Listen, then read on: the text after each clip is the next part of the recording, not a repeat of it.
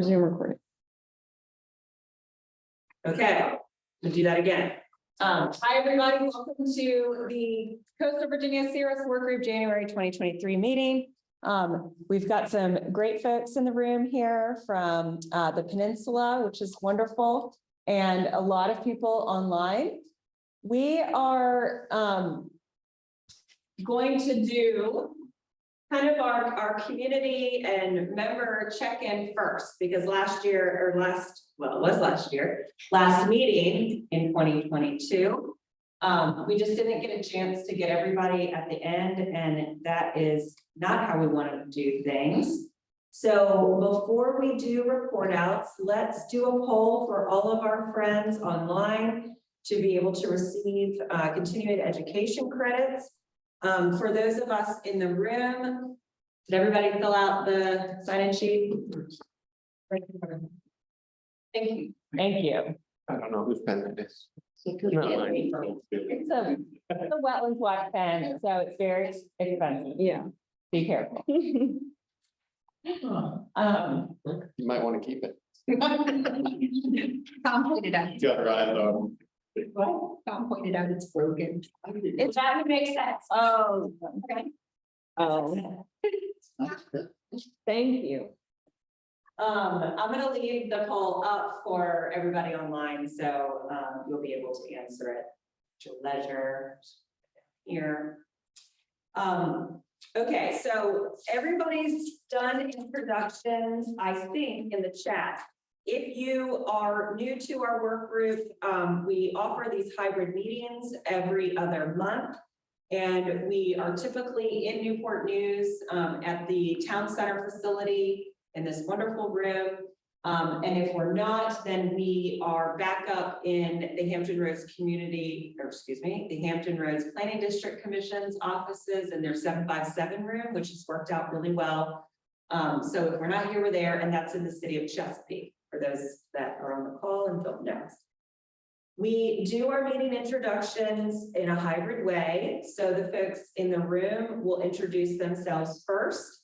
And then if you are online, please introduce yourself in the way that Whitney McNamara has done here in the chat. She's a star, as is Christy Parrish. So it's your name, what community you're representing, if you are from a local government. And then if you are in the CRS program, please indicate what class your community is has achieved. So just like Whitney, class 7, City of Virginia Beach. And if you aren't in a CRS community, your designation, like Liz has done with Timmons Group. Okay, so let's do in the room. I'm Mary Carson Stiff, Wetlands Watch.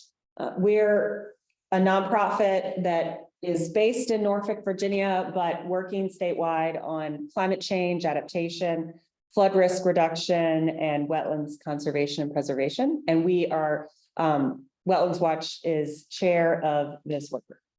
Yes, and I'm Madison Teeter. I work with Mary Carson Stiff at Wetlands Watch and help chair this work group as well. And then I'm going to slowly migrate the camera over to our other friends in the room. Oh, yeah. Well, we've deemed that this is less freaky than the Chesapeake room because it follows. So it's, at least we're allowed to manually. And it goes Brady Bunch. Yeah. It's like, It's a little too cool. Want to start at the front, we'll go to the back. Ken Hinkle with York County. We're a standing firm at a class 7. Great. nice. Mike Olson, James City County, we are class 5. Thanks. Tom Coghill, James City County. Deirdre Wells, James City County. Great. Howard Nelson, Newport News, class 7. Kathy Engel, Newport News. Awesome. Thank y'all. Good. Okay, and then group, everybody's introducing themselves in the chat online, which is super. Thank you all for being here. If you are new to the group, we'd like to hear from you off mute, not necessarily on camera. I'm trying to see if there's anybody that I don't recognize. Maybe Ava Smith Perry. Do you want to introduce yourself just so we can learn a little bit about you? Hi, I'm an EDF intern. This is my first day, and I'm excited to learn a little bit more about what Wetland Watch does. And my official title is Coast and Watershed intern for Virginia policy. So Wonderful. Thank you so much for joining us. Congratulations on your first day. Glad that I picked you first.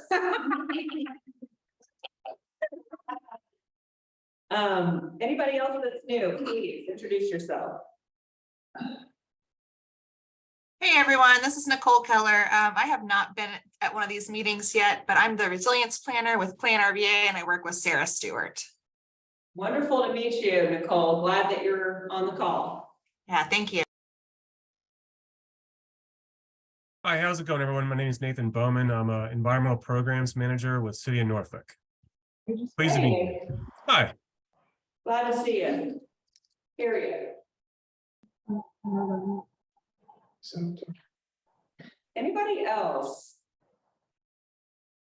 Sheila, how about you? Hi, I'm Sheila Reeves. I'm with Timmons Group, and I do floodplain management and compliance for several municipalities in Virginia. Excellent. Nice to meet you. How about Allison?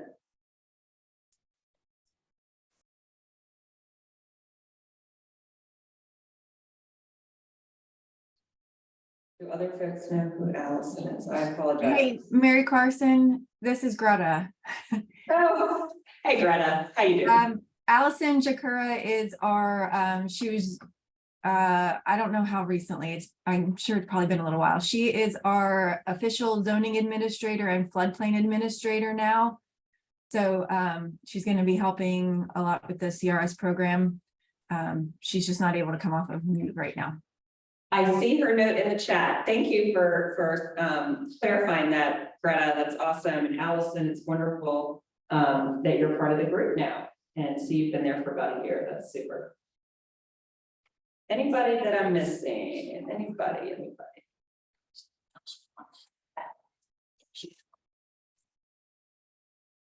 Okay.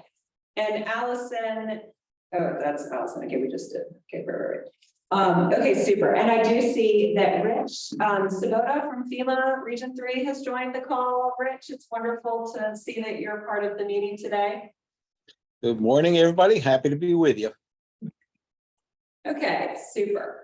All right, so we are going to talk about some future meeting dates.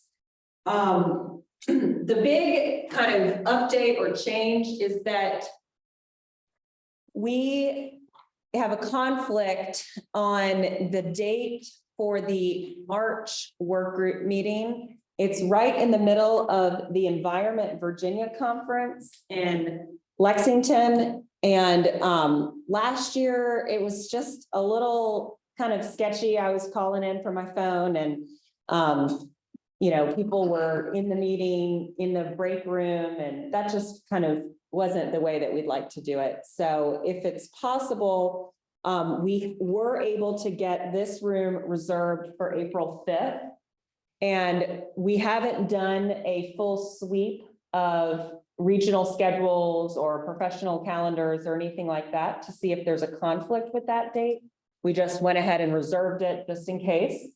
So if y'all don't mind taking a look at your calendars, especially those people on Zoom who might have other windows up on your computer screen, checking that out would be great. And then folks in the room, obviously, if you see anything of major conflict. Same time, same place. We might kind of need to move the March meeting date. They kind of shifted, you know, each year, but this is 2 years in a row. So I think we need to wise up.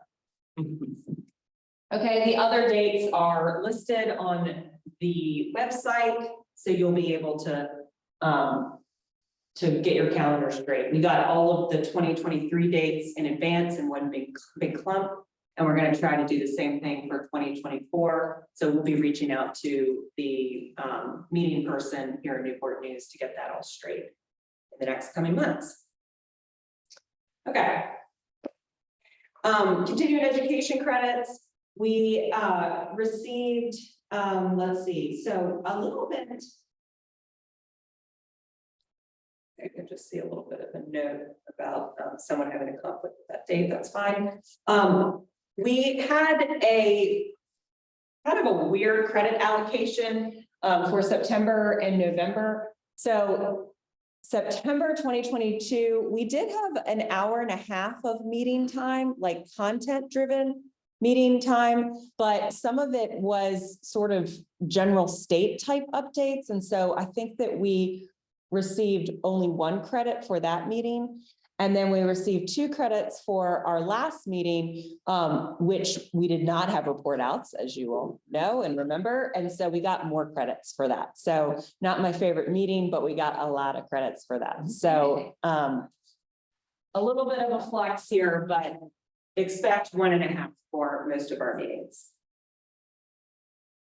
Okay, our plug for Virginia Floodplain Management Association. Kristen's going to plug VFMA and talk about what's going on in the state. Plenty in her presentation, but just a regular plug. Membership is only $25. Everybody should be a VFMA member, and the VFMA elections are up, and again, Kristen's going to talk about that. Okay, Emily Schmidt, we'd like to recognize every single meeting that she's here.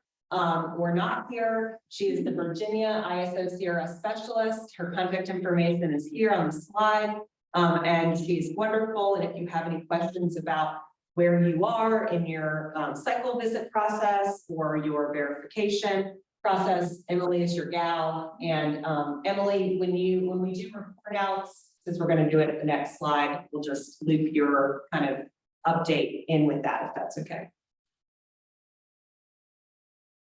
Okay. All right, so let's do our report out. This is the time when we get to really learn what's going on with our communities and with our partners and work group members. And so let's go ahead and dive right into it.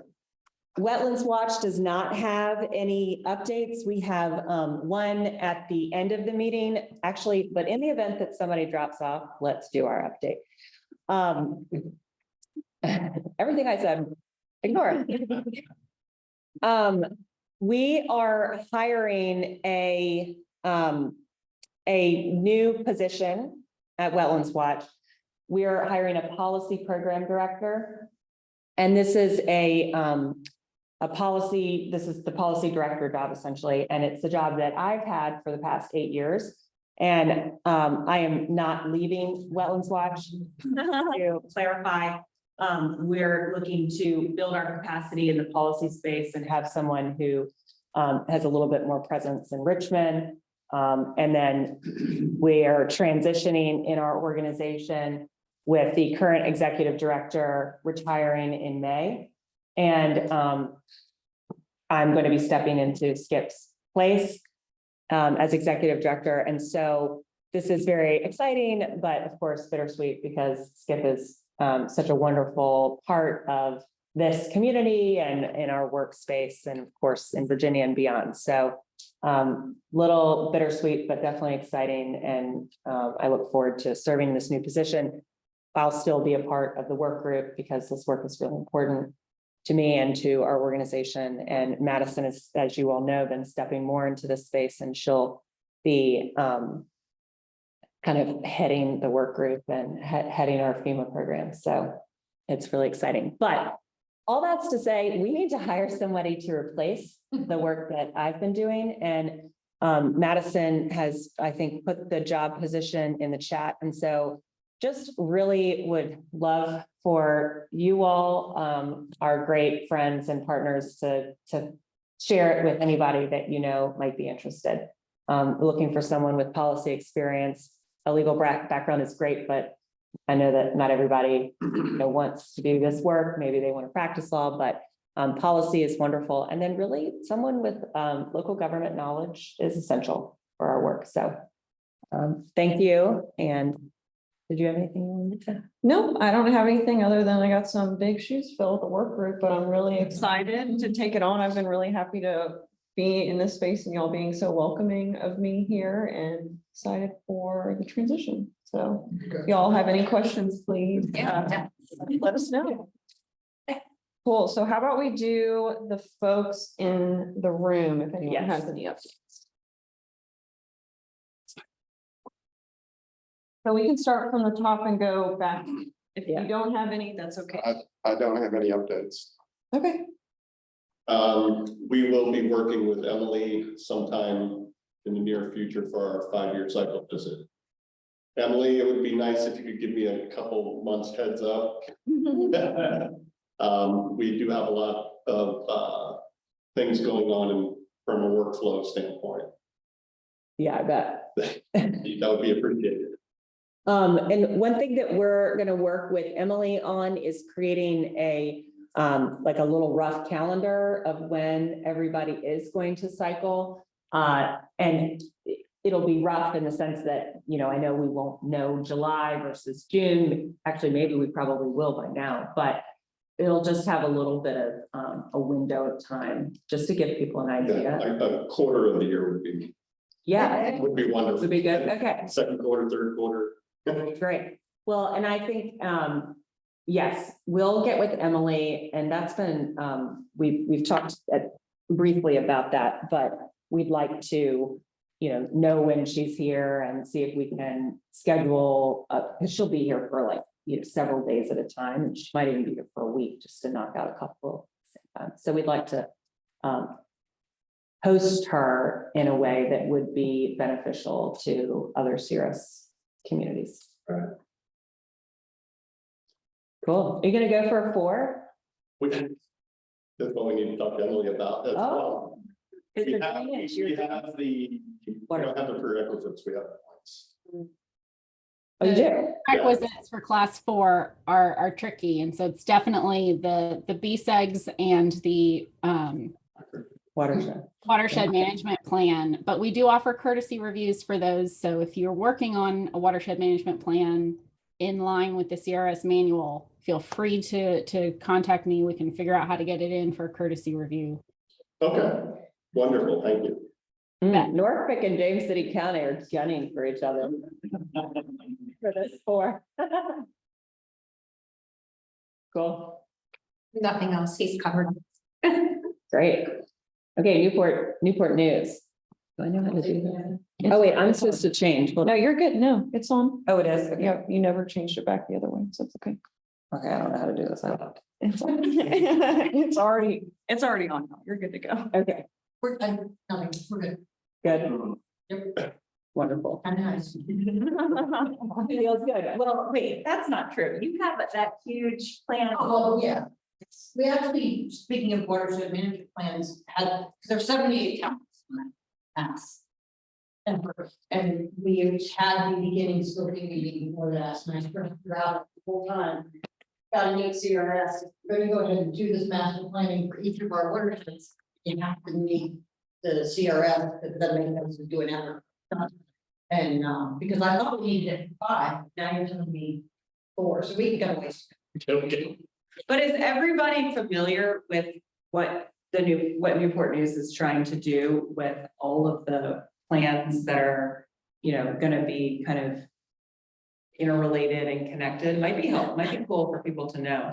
Just briefly, what happened is our formal floodplain master plan and stormwater master plan is like 20 some years old, and it was just an inventory of things in the city. And then the floodplain, I think, was just a boilerplate. And so I'm like, gosh, I really need to redo these. And then that's when all of the resilience stuff started, and having these plans were kind of, you know, not required, but really highly recommended. And so as we started putting together a scope, it just became, wow, these all really fit together. And we're behind, because we haven't been doing this effort forever. And so and then as I wrote the scope, it took a long time, and I kept going to meetings, and I kept, we should do that, we need that. And it just grew and grew and grew. And so then, and CFPF came up, we were like, let's go for it. And we ended up getting almost a $5 million grant for this effort. So it's huge, but we're doing, it's every time I go to meetings, I get so excited, because all these, I got this giant team of people now, 5 different companies working on things, and even just the substantial damage plan. They're working on that, and the person who's doing it is a crazy expert. It's just so exciting. I just answer questions, and they do it. And so it's doing anything and everything you could think of, and trying to tailor things to Newport News and create tools that we are going to be able to use in the future. That's my big thing. Is I want GIS layers I can help with site plan development that has information that we need on it, or and then, as I said, we're doing individual watershed planning because we need to for the city. It's an whole city, there's a lot of issues within it. And without any master planning in the beginning, I mean, that was just, they just put pipes in the ground and water will drain. And so as we were trying to work out a little bit more organized plan, anything and everything that we're doing, I was like, if we can get CRS points for it, I want it done that way. And so, when we come out of the other end of this, I'm hoping to, have a whole bunch of stuff to sit down with FEMA and help us. Yeah, Emily and you are gonna be. Yeah, we're gonna be fast friends. Well, Dewberry is doing the CRS side of everything, and so they'll hopefully help us through that whole process too, so. Well, and I would imagine if I was Dewberry, there would be this massive spreadsheet that had all of your CRS. Yes, there we go, yeah. Yep. Yep. I think that it's really cool that y'all are doing this, and Northern Neck is exploring something not exactly like this, but just similar, in that they're coordinating their plans in a way that is resilience focused and CRS compliant. And I think that as Dewberry progresses and as the plans progress, there's going to be a really nice model if Dewberry will share their spreadsheet for other communities to follow. And I imagine there'll be lessons learned and stumbling blocks, and it's going to be great when it's all done. What's been awesome is reach other either localities or entities, BIMs or whatever else, HRPDC, we reach out for information, for help. What about this? What about everybody? It's such a, I think that's what I enjoy about these meetings, is that all of us as localities are all trying for the same goal, and we're all helping each other. There's none of that, I'm not giving it to you, and everybody, and that's been really neat also. Good. So that's super. Well, we're so excited for that project and look forward to contributing to it any way that we can. Okay, that's it for the room. So how about people on the call? I think that we might just do see how it goes with people unmuting themselves and doing it in a non-orderly, orderly way. Oh, hands raising, Greta, how wonderful. Go ahead. Hey, everyone. I just wanted to let everyone know we got our official letter from FEMA that we're a class 7. We got that on January 13th, and I'm working on getting in to do a presentation for our city council and city manager about CRS and our class 7 rating now for that. I also have, I've introduced you to Allison, and then I'm getting some more help on CRS from our resiliency officer, and which is Carolyn Heaps-Picaro, and her helper, Olivia. So hopefully they'll be joining at some point also. We have run into one issue. It has to do with the minus rated policies, and I was going to let Allison talk to you guys about that. Yeah, hi. Thank you for allowing me to join. I have a lot to learn, so I appreciate the time, and forgive me if I'm saying things that you all already understand, but we were working with FEMA on a property that's a particular property in violation, and the path forward for that one.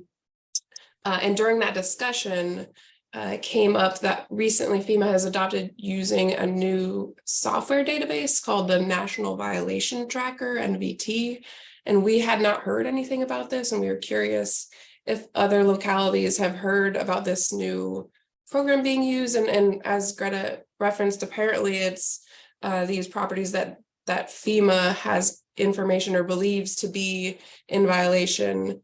And therefore, all of these properties in your locality are not receiving the CRS bonus now. And we were unfamiliar with, there was an indication that there's a lot of properties in Hampton in particular on this list, and we hadn't been familiar with the list that they were referring to, or where they were pulling that data, which doesn't seem to align with kind of our records perhaps.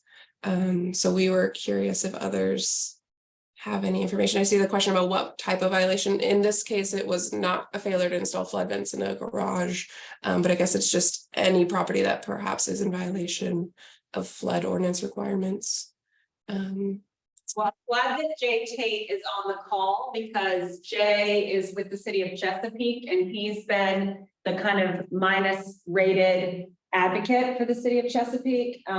We ran into the minus rated issue after the New York Times, I think, published an article about minus rated properties and some inconsistencies between FEMA's lists, local government's lists, and then inaccuracies from FEMA's list. And this came up from a compliance standpoint, and then the connection was made with the CRS discounts because, as you said, no minus rated properties are eligible to receive the CRS discount. And that's even a bigger deal now with risk rating. That is not okay.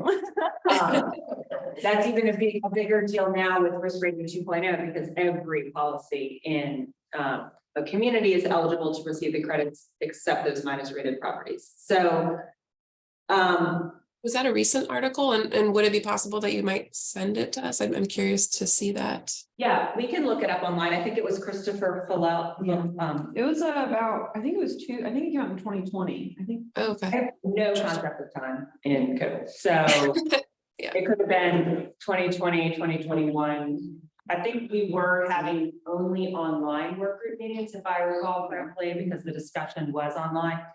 And then we invited the author to come and speak at the CRS work group meeting, at which time we talked about what his research had unearthed, his conversations with FEMA, et cetera. So this is an issue that the work group has taken on in the sense that we've discussed it and talked about what communities are doing to go through the minus rated property list and vet that list is accurate with reality. And I think where we came out on it, and please correct me, anybody, especially Jay, since you were following this so closely, is that communities are really on their own to go through that minus rated list and check property by property to see if the structure is in fact minus rated or not.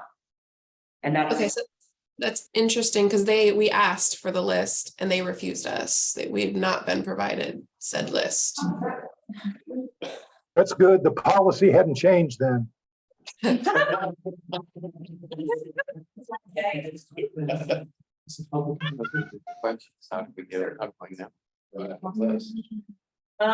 lots of hands raised. So I assume that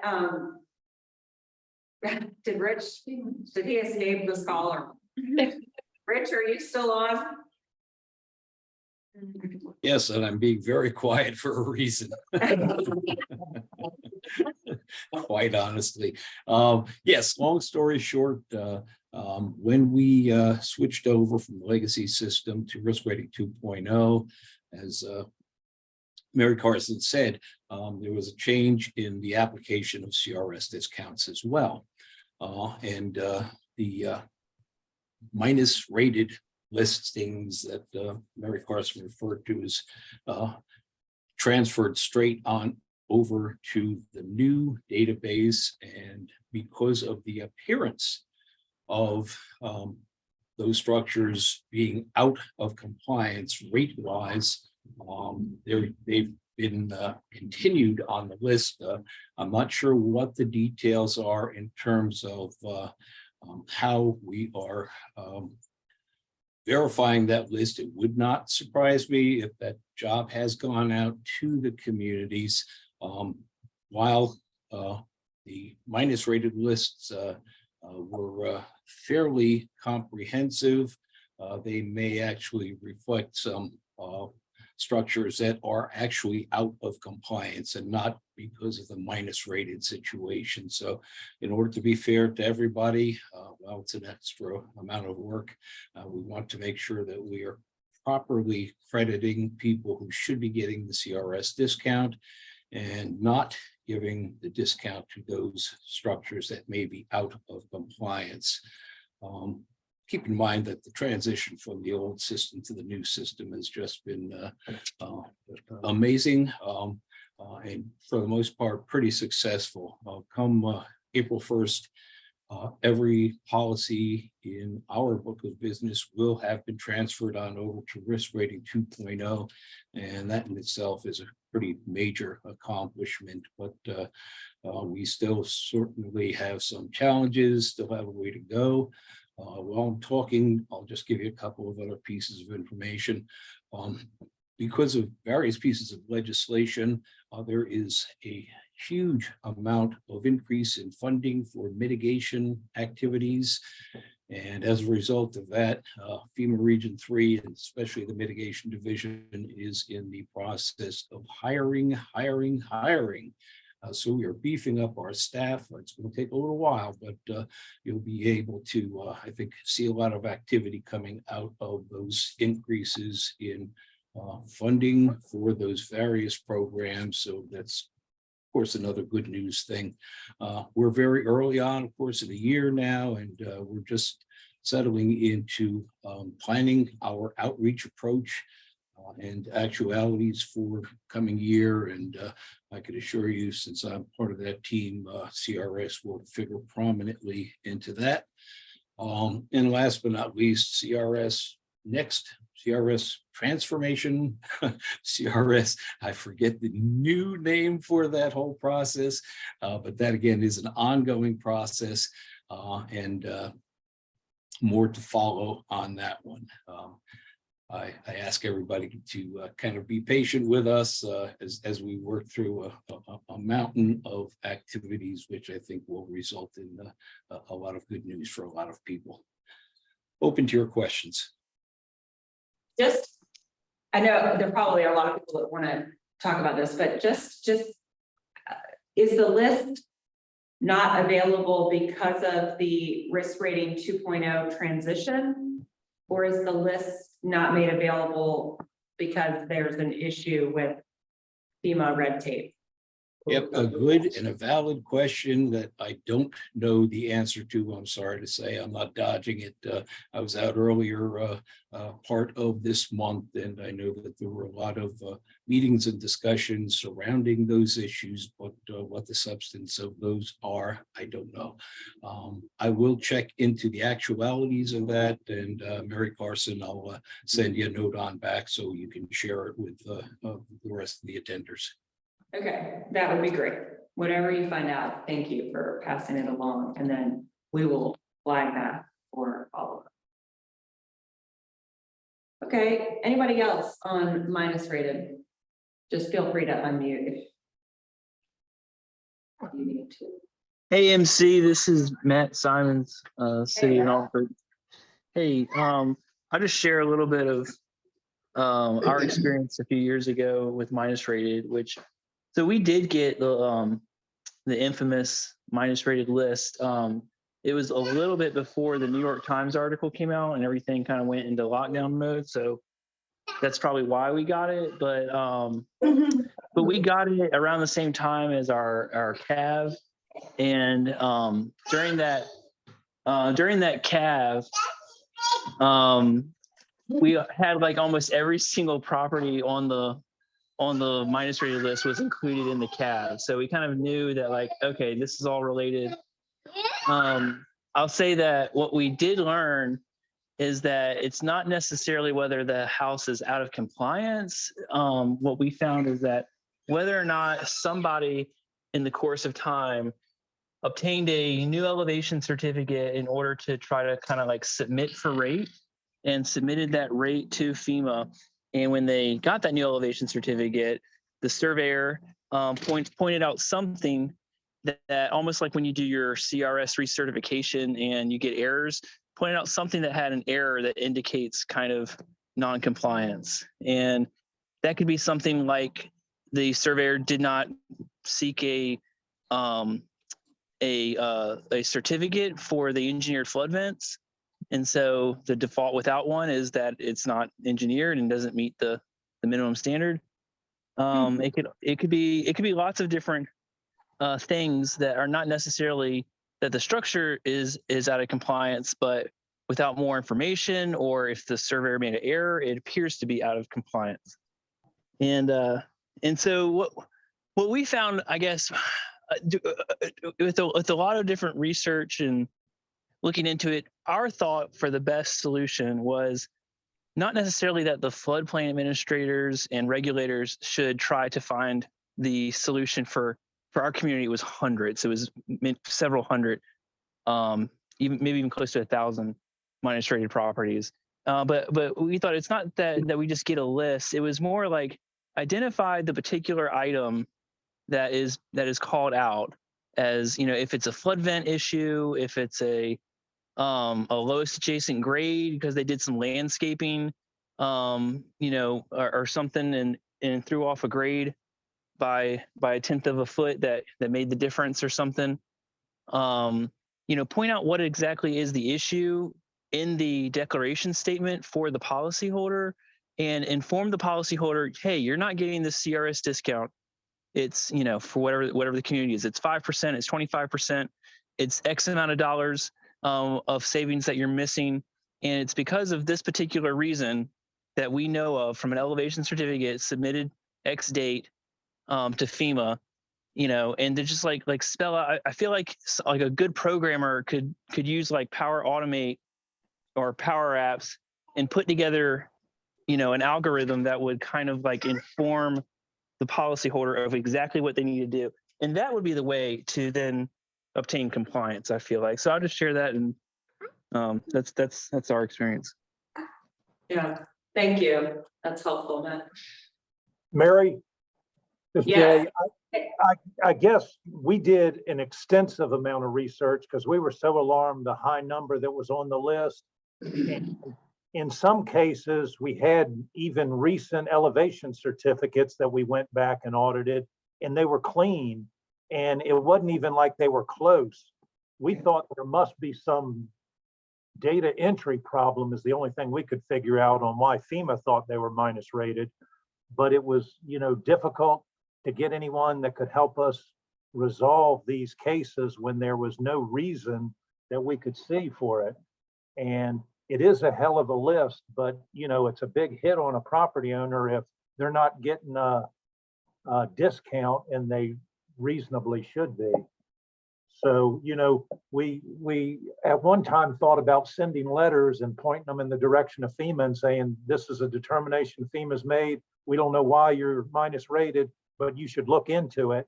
And we stopped short of sending that letter. And, but that was kind of still one of our ideas on how can we get them resolved. Yeah, that's helpful to know. Thanks, Jay. And if it's hard for a staff person who works in this space, knows what the CRS program is, knows what minus rated means, to go through a FEMA phone call to figure this out, a property owner doesn't stand a chance. So I've been on the phone with representatives for risk rating 2.0 phone calls with FEMA, and it's been a nightmare. Yeah. I wonder, just question for Greg, I wonder if map changes where a property may have been out of the flood zone, that new map is implemented, now it's in the flood zone, might be affecting some of these negative ratings. I don't know. Did anybody see that during our big, well, of course, the minus rated list, it's not like you all have one from every year to be able to make a comparison.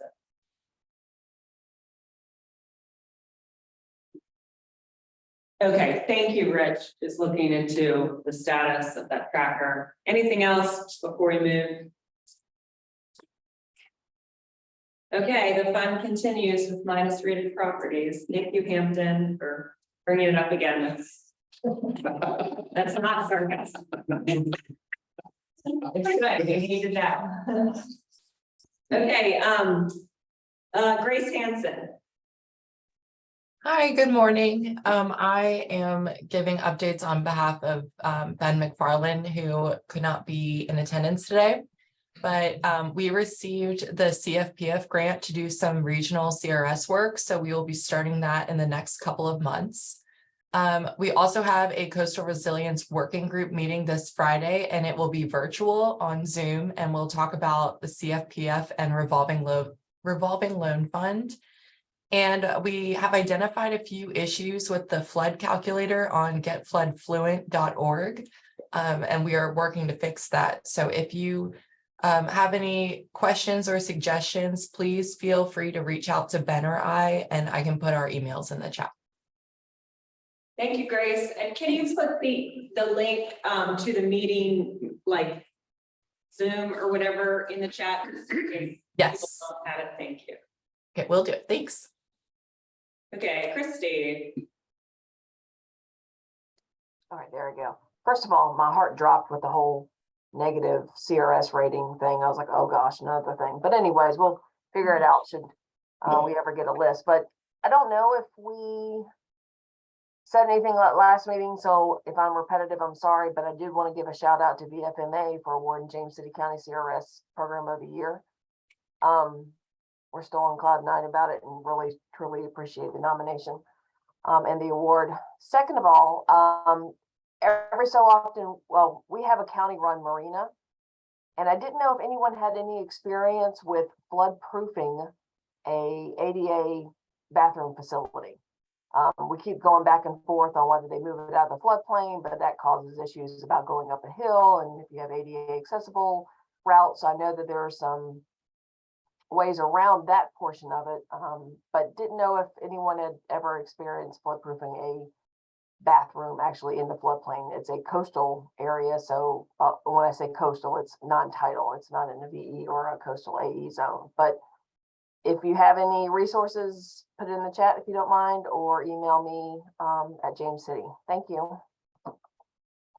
Thanks, Christy. Renee. Hello, Renee McKinnon with City of Chesapeake. So for us, we have been doing a lot of work. You know, I mentioned before, I stood at the CRS work group, and really appreciate all the department's participation in that. We've also done a mitigation steering committee, which is more the department head level, and looking at mitigation projects across the city, potential for different grants, just as was talked about before, especially with mitigation, and then how that could potentially play into CRS. Specific to CRS, we have just updated, we're using HRPDC's RAC card, the flood fact one, but we added in our own information on the bottom and a QR code, because it's going to tie into the letter we're sending to our citizens. And the QR code will take them to where they can look up their flood risk instead of know your zone. We're trying to really push that know your flood risk to our citizens so they can look that up. And then the other thing is I did present to the NEMAC committee the other day on PPI for Chesapeake. I've been doing a lot of work on looking into what that would involve. I have a couple of citizens that are interested, so I'm just going to continue to look at, setting up a potential PPI for Chesapeake. And that's it. Unless Jay or Liz have something, I'd ask Liz or Jay, I don't know if you want to talk about the resilience plan that is almost updated or has been finalized. I don't know. That's outside mine. And then somebody did ask about, yeah, I'll share the modified HRPDC RAC card with everyone just so you could see. All we did was add in some Chesapeake specific info in there. That's it. Hey, Renee, this is Liz. I'll go ahead and jump in quickly. Let's see, make sure I have my volume up high enough. So working on the Chesapeake Resilience Plan. We did send an initial plan to DCR last year in April to get it approved so we could start applying for CFPF project grants. But we had another task to make the plan more comprehensive. So we've gotten additional comments from you at OEM, also from the city's Stormwater Committee, which is a resident committee.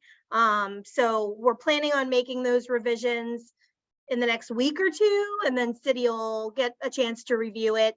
And then we'll be resubmitting to DCR just that updated plan after that. So within the next couple months. That's it.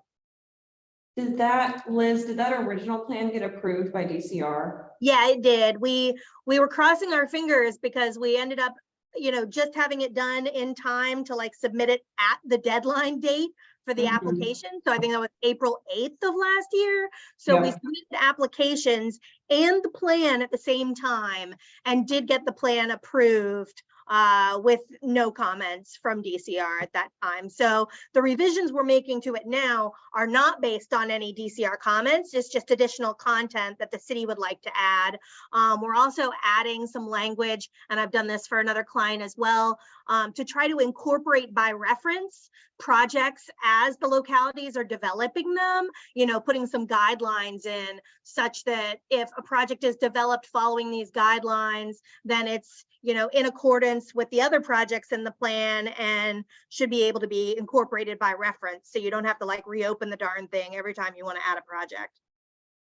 Gotcha. Renee, do you know if it would be possible if we could get a copy of the new resilience plan once it is completed? Wetlands Watch has been collecting all of the approved resilience plans, and we've been putting them online for folks as they are beginning to develop their own to kind of see what DCR is expecting, since that is that threshold to receive those project funds. Like we have City of Norfolk's, we have some, like I said, Henrico counties. So just a couple different ones. Not sure if that would be something you all would be willing to share once it's done. Yeah, I would just talk to Liz on that, but we'll talk offline because OEM is not working on that plan. We just reviewed it and provided input. And then a great question in the chat that was direct to me. I just want to, and I'll send the link to everyone.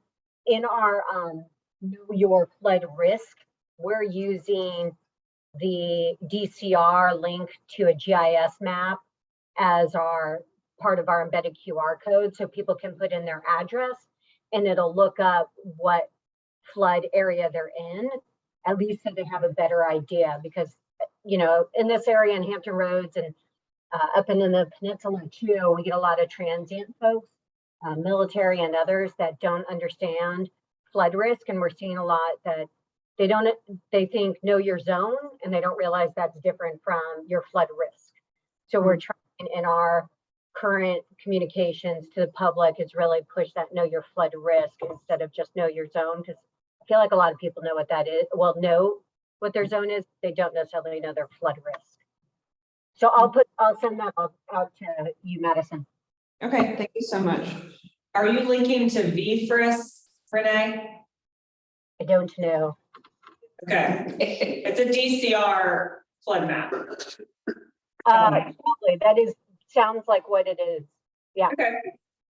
Yeah, that's helpful to know. The other thing I was going to say, your comment about exploring the PPI, I think that makes perfect sense for Chesapeake because the NEMAC committee is just the perfect vehicle for that to move forward. Part of the HRPDC CFPF grant is to explore through the work group or in coordination with, I don't know how it's going to work, but a regional PPI for like for the region, whatever that might mean. So just FYI, you can obviously go for it independently. I know that that's a big multiplying for y'all. I know you're trying to go up the food chain in CRS. Just wanted to mention it in case you didn't know. Yeah. And I've had discussions with HRPDC with Ben specifically about what their PPI is going to look like. From what I understand, it still wasn't concrete on, are they actually going to do a committee? Are they going to do things in support of PPI? My recommendation is they create materials for us, kind of like what they did with the flood stuff, because that takes a huge thing. Even when you see the rack card that we took from HRPDC, we just have to add Chesapeake specific. Here's the website. Here's our QR code. Instead of trying to develop all this material as part of our PPI. So I feel like that's going to be where HRPDC might be of most benefit. But that's just my thoughts. Understood. Yeah. Okay, any other work group report outs? Hey, Mary Carson, it's Tom in Accomack. Sorry, I don't have the icon to raise the hand. So during our September work group meeting, Emily and I were chatting in the background to try to close out our cycle visit, and where it looked like originally we were going to backslide from a 6 to a 7 because of the 6 prerequisites, it went better. We're moving up to a 5 as of October 1st. Yeah. Class 5s. That is so amazing. Yay, Tom. Awesome. Yay, Emily. We had lots of help from Emily. So she kept it open while we were waiting to get the building code effectiveness grading all done. So thank you to Emily, big time. Yay, Emily. Daryl. Hey, Daryl. Good morning. How's everybody? Well, great. Good. Excellent. Just wanted to update. Not a CRS update, of course, but it is an update. We successfully made it through our FEMA map update. We have a new set of maps effective December 15th. We have an updated floodplain ordinance that has been revised in accordance with NFIP regulations. We actually have the CAV that was completed. We have that, which was done. We have a report from that. Some corrective actions that need to be handled within 6 months. But other than that, we have made it through the process of all of that pretty much unscathed. Excellent. That is wonderful. Congratulations.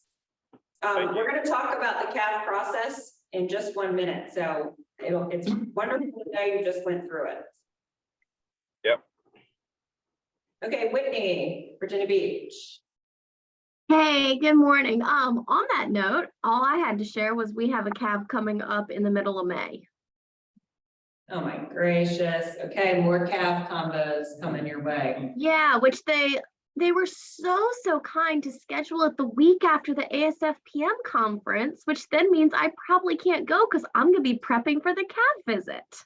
Oh no. I know, I'm like, I understand why you probably picked that week, but that is like the worst timing because then it means I can't enjoy the conference, but okay. And it's so close. It's a carpoolable conference.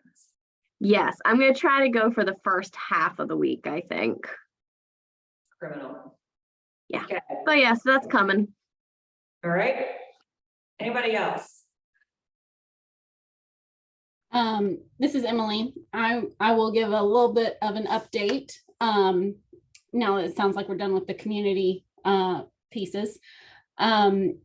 I am working on closing out my last few that I have cycle files that I have open.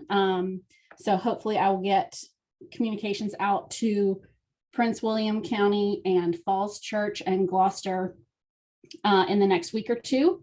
And then I'll be reaching out to everybody who is scheduled to have a cycle visit meeting with me this year. Alexandria, Arlington, James City County, Norfolk, Poquoson, Virginia Beach, new apps within Rico County and Warren County. Really excited about all this.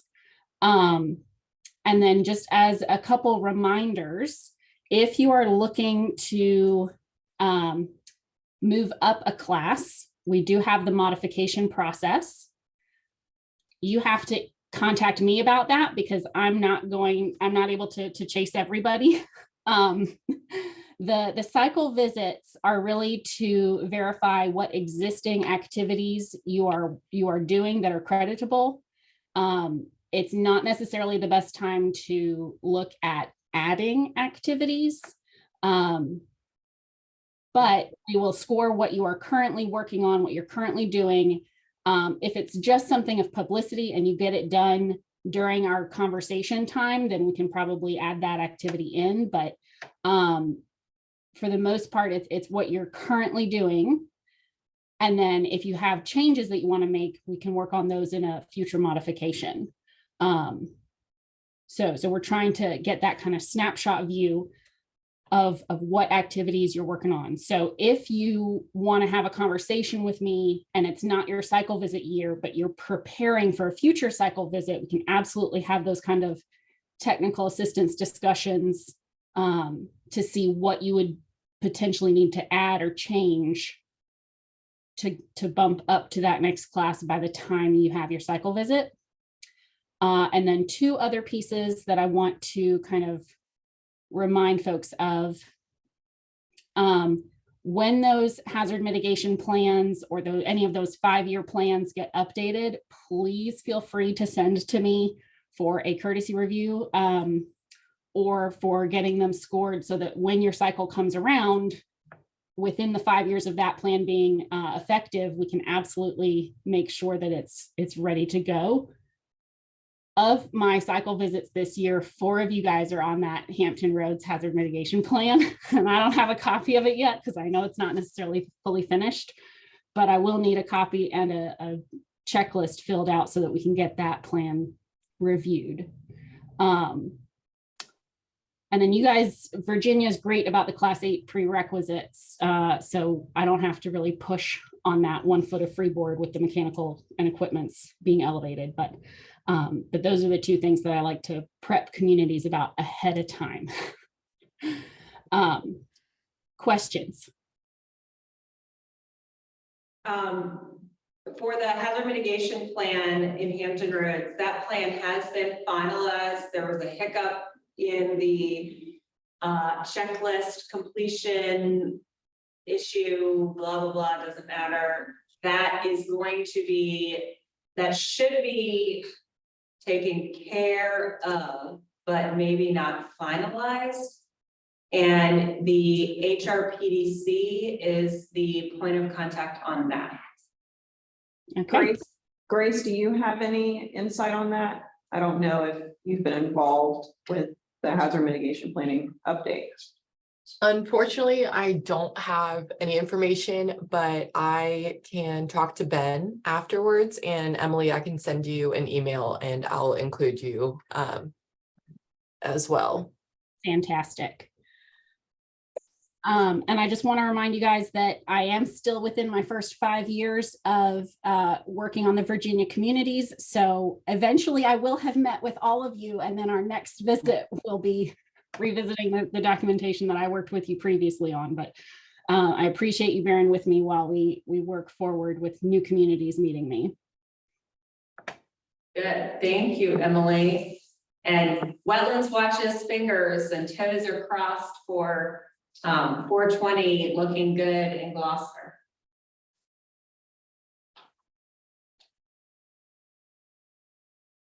Okay. Well, hopefully a lack of response is not an indication of failure. Sorry, I had already muted myself. Yes, no, Gloucester is looking promising. Okay. Just wonderful. All right. So I made some comments about how we're definitely going to be talking about community assistance visit stuff. And that is because the city of Chesapeake has reached out to me about an upcoming community assistance visit in June of 2023. They asked me if I knew of any communities that had recently capped and if there were any kind of lessons learned or how-tos or just helpful hints, tips and hints. And I don't have any. We have never prepared such a document or kind of compiled those tidbits of information, but I think I could see real value in doing that. And so we'd be happy to facilitate conversations between local government staff. We can set them up or whatever, and then listen in and kind of compile what we hear. And then we could have a document that we could just send if somebody asks, or if someone is cabbing, they could look at it right away. So we're happy to do that if it's helpful. But I do know we want to get some help for City of Chesapeake, certainly, and then others. Many have calved a million times before and have it down pat, and looking at some of you veterans that could provide some good insight to this process. I think it's really helpful to know that Virginia Beach is getting ready to go through it. Despite the scheduling faux pas for Whitney. Whitney has, of course, calved with the City of Virginia Beach before, and so it'd be helpful that she's going through the preparatory process at the same time as Virginia Beach. And we got some hands raised. Kristen, hey. Can you hear me? Yes. Yeah. Okay. I was just calved in August, so I can help with this. And also as someone that used to conduct calves, I can help with this. I will say that the way calves were done in the past is not the same as how they are done now. So if a community hasn't been calved in a few years, it may not be as helpful. And it also sometimes is different between a FEMA versus state calve. But I was just calved in August, successfully completed it, so I'm happy to help. I also presented on some of the things we did at the VFMA conference, so I can share those slides as well if anybody wants them. Okay, I'm gonna correct what I said. Whitney has not calved with Virginia Beach. She's only worked on after calf changes, so I eat my words. Thank you, Kristen. That's incredibly helpful. For those of you who don't know, Kristen Owen was the acting NFIP state coordinator for the state of Virginia and may have calved some people on the call. So it's really good that she's on the other side, lifetime. Okay. All right, Kristen, you're up. I'm gonna leave, actually, you know what, I'm gonna end the poll. So everybody fill out the poll if you want your continuing education credits. And Kristen, I am going to turn the controls over to you. And we really appreciate your willingness to talk about the project underway in Henrico, and then also provide an update on VFMA. Yeah, no problem. Thanks for having me. I'm going to apologize in advance because I have a Velcro baby on me right now that is refusing to sleep, and we were dealing with a disaster, so all playpens are now unavailable. So if she gets too loud, just let me know and I'll try to rearrange. Did it share my screen? Yes, you should be able to. Okay. But you don't see it yet. Okay, let me see it. I don't see it. No.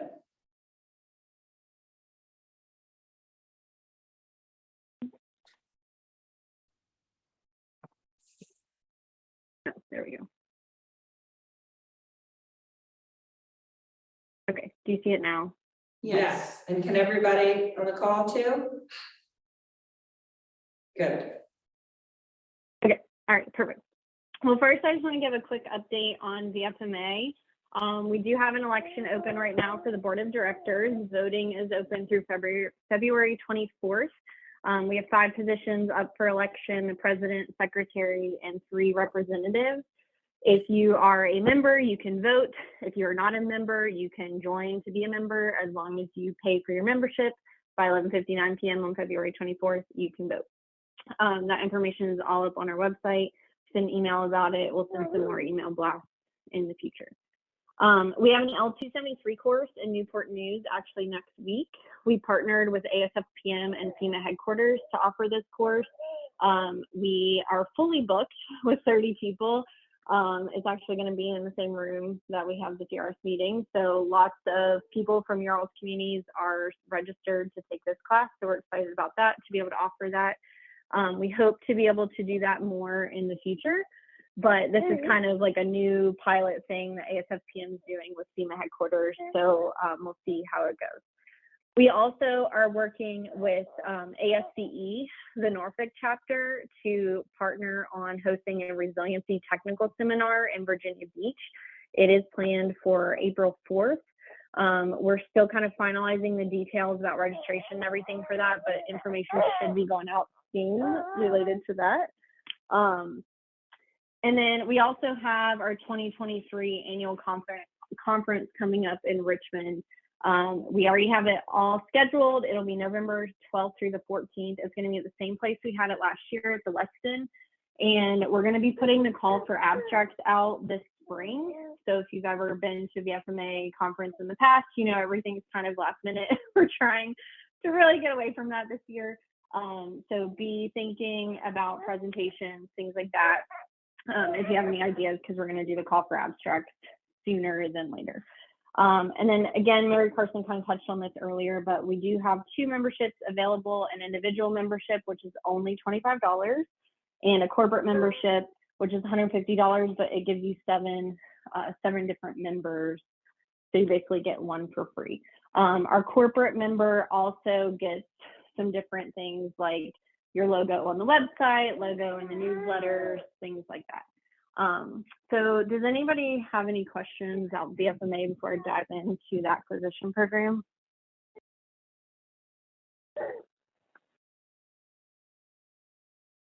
Okay.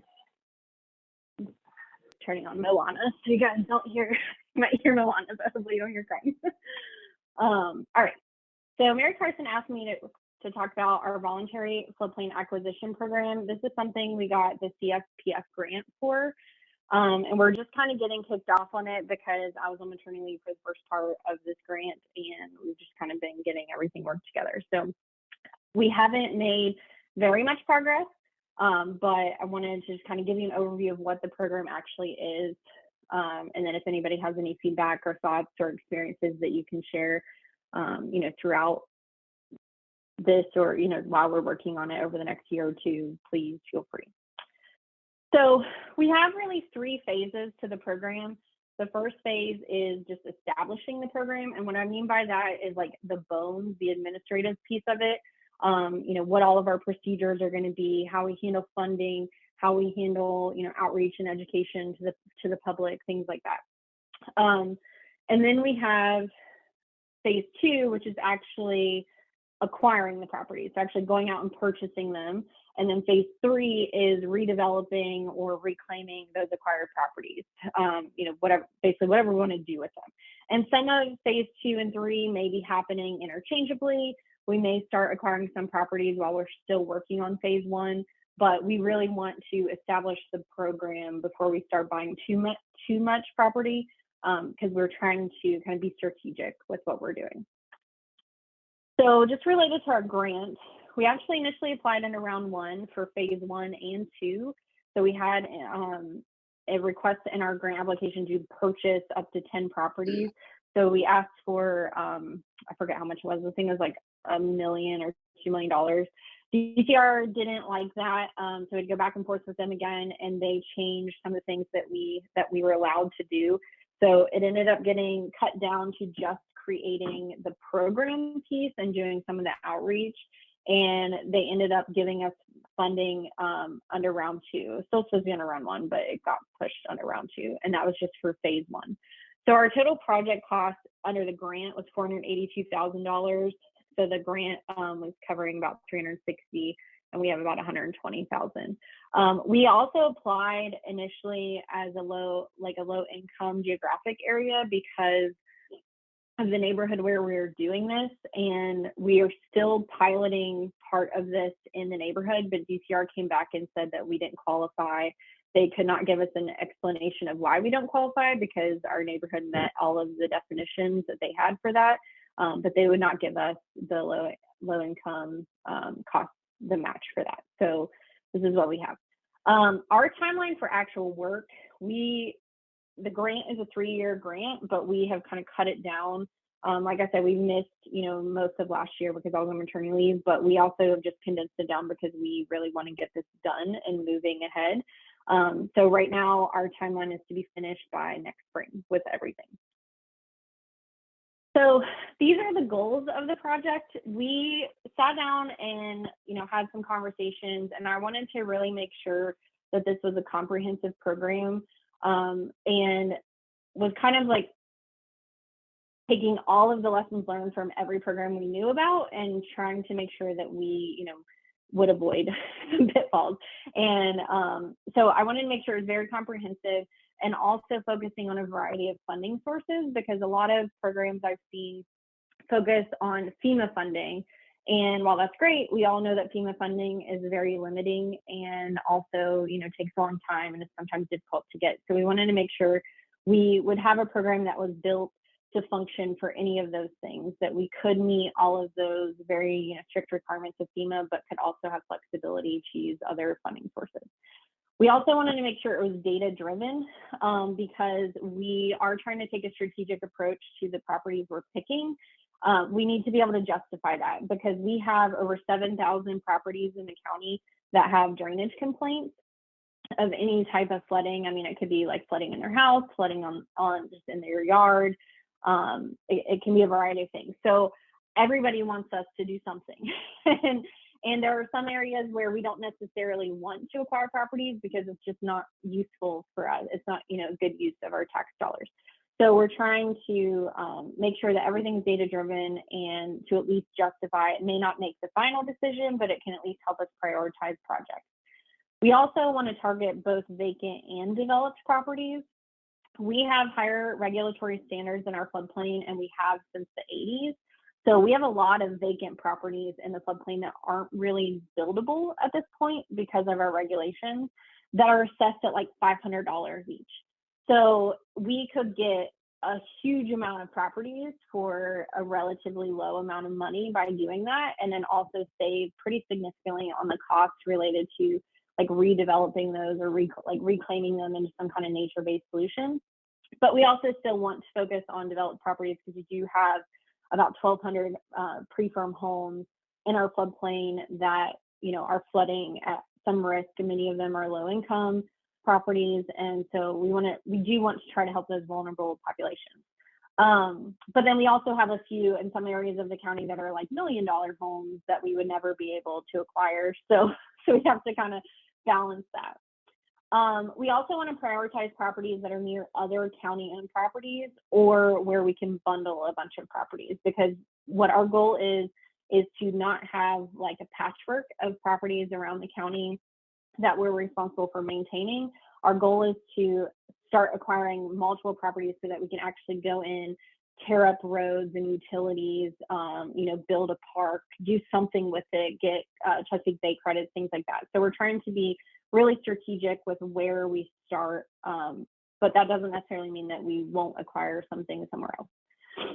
We're also focusing on trying to identify incentives, both for acquiring properties and for getting residents to stay in the county, because that's one of the big issues that we talked about. One of the reasons that Mary Carson wanted me to talk about it today was to let you all know this about this kind of piece, is that we're trying. The real estate market in Henrico is pretty insane.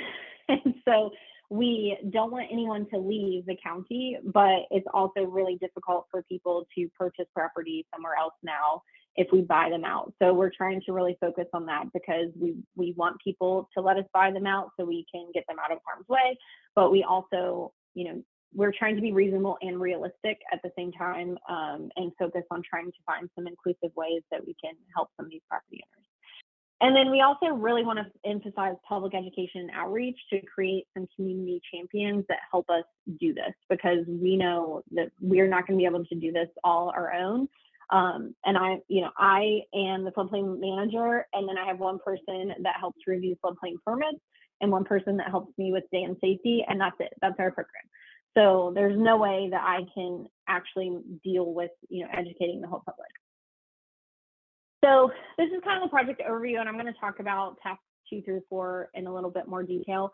Task 1 was just project initiation. This isn't actually covered under the grant. This is just all of our initial kickoff meetings and some of the administrative stuff that we needed to start doing. And we left it out of the grant because we wanted to be able to do that while we were waiting, because we have a pretty long process. Like once we got the award letter from DCR, we have to go through and appropriate all the funds and go to board meetings and work with our finance department. And it took a couple months to even get through that process before we were allowed to even submit the scope of work to get processed to start work. And so we kept all of this out. It added, I think like $30,000 to $50,000 onto the project total that we just paid out of pocket separate for that. So I'm not going to talk about that part. But task 2, the program development, I'm going to talk about. Task 3 is a web-based tool that we're working on as well. And then task 4 is our education and outreach.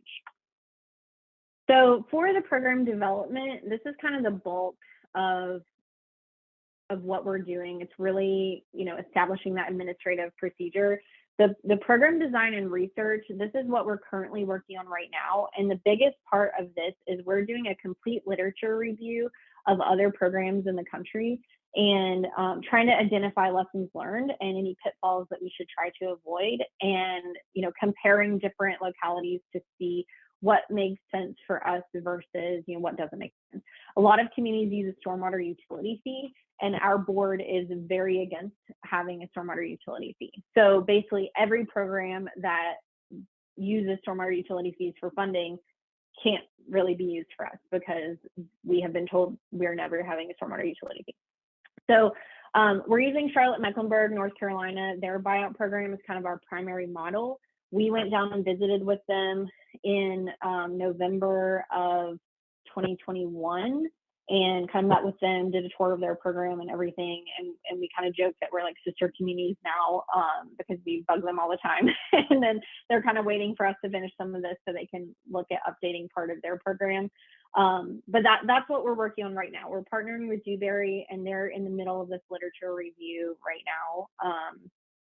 Then we're going to work on prioritization of properties. So we partnered with Virginia Tech about a year and a half or so ago, and they created a flood risk score for us, which was based off of something Charlotte-Mecklenburg had. But it's a little bit clunky because grad students did it, but what it is it assigns a score to each of our parcels, and it's based on a lot of different things, like is the building footprint in the floodplain? Is it in the 100-year versus 500-year? Is their driveway in the floodplain? Is their parcel in floodplain or surrounded by floodplain? Is it repetitive loss? Is it in a dam break inundation zone?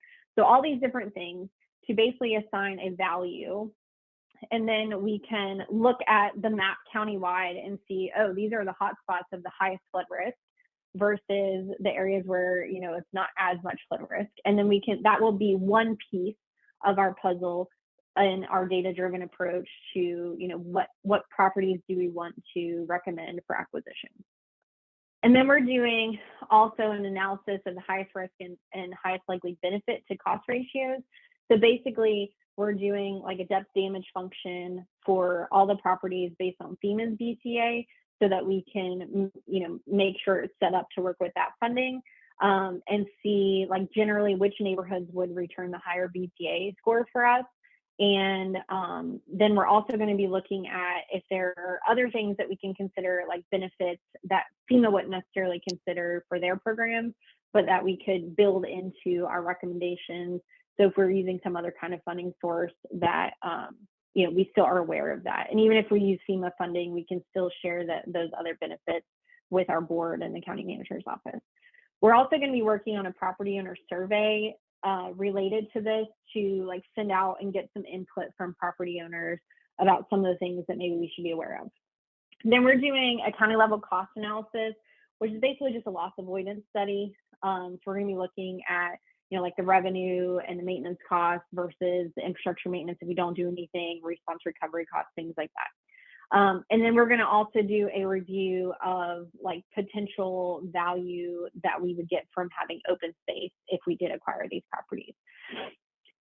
Then we're going to look at funding mechanisms. So this is just going to be analysis of any grants or local funding options that we have. We did just pass a $50 million drainage bond, which will be used for a variety of flood-related activities. The acquisitions are one of the things that we can do with that money. And then we also have, the board approved $1.5 million for me for land acquisition. It's 500,000 per year over a 3-year period, and then it's supposed to get renewed again for up to 6 years as of now. So we have that money, and then we have some other pots of money that are kind of indirectly related that we could tie into for some of these projects also. Then we're going to be looking at the incentives that I talked about. So this is going to be looking at things like market value plus. So we can offer them market value, but then like what else can we give them above that to incentivize people to let us buy them out? Because the real estate market is just, it's cooling off a little bit, but I mean, it was like insane. We were having $200,000 homes going for like 500,000 like cash. So there was no way that we could do anything with the assessed value that way for market value. So we're gonna be looking at that kind of thing, like what can we pay them extra? Can we do something like relocation costs or a down payment assistance?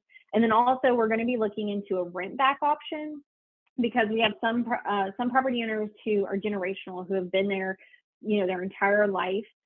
They don't have a mortgage, they're older, they don't really have any reason to want to go anywhere. They just want to finish out their life in their family home, and they don't, you know, they don't want to be bothered. They just want to stay there.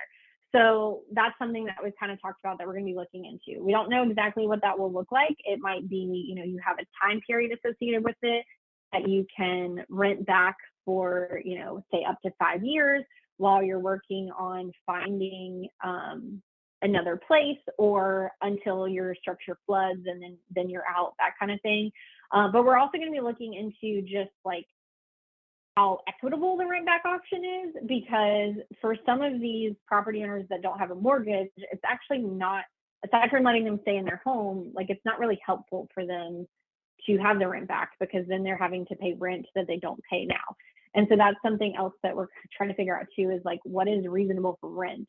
Do we charge them the market value rent? Do we charge them like $1 kind of thing? You know, we need to figure that out. And then in terms of getting them to stay in Henrico, we're looking at other things with kind of all of these incentives of like, can we have some kind of contractual agreement to get them to stay, whether that's, you know, we'll give you the down payment assistance or rent back option or relocation fees if you buy again in Henrico, or like you must stay in Henrico for 5 years, or we'll give you some kind of tax credit or something like if you buy again in Henrico. So we're trying to look at a bunch of different things to make sure that we can find ways to do that.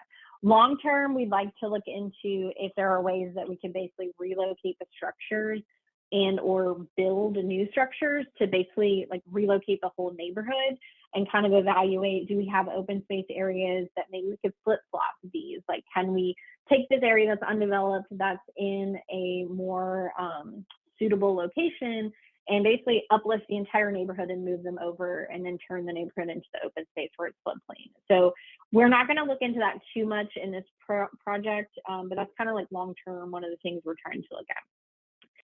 And then we're still going to do just a general look at other things besides acquisition, like elevations, demo rebuild, stuff like just flood proofing, because there are going to be properties like some of the $1 million homes I mentioned that we cannot acquire. We only have so much money. We did a really like rough and dirty analysis of how many properties we had in the floodplain if we were going to buy them all out, and you know, I mean, it would be like billions of dollars for everything just based on their values. So it's not realistic for us to acquire everything. So we are going to have at least a small piece looking at some of these other things that we might be able to do to help those property owners.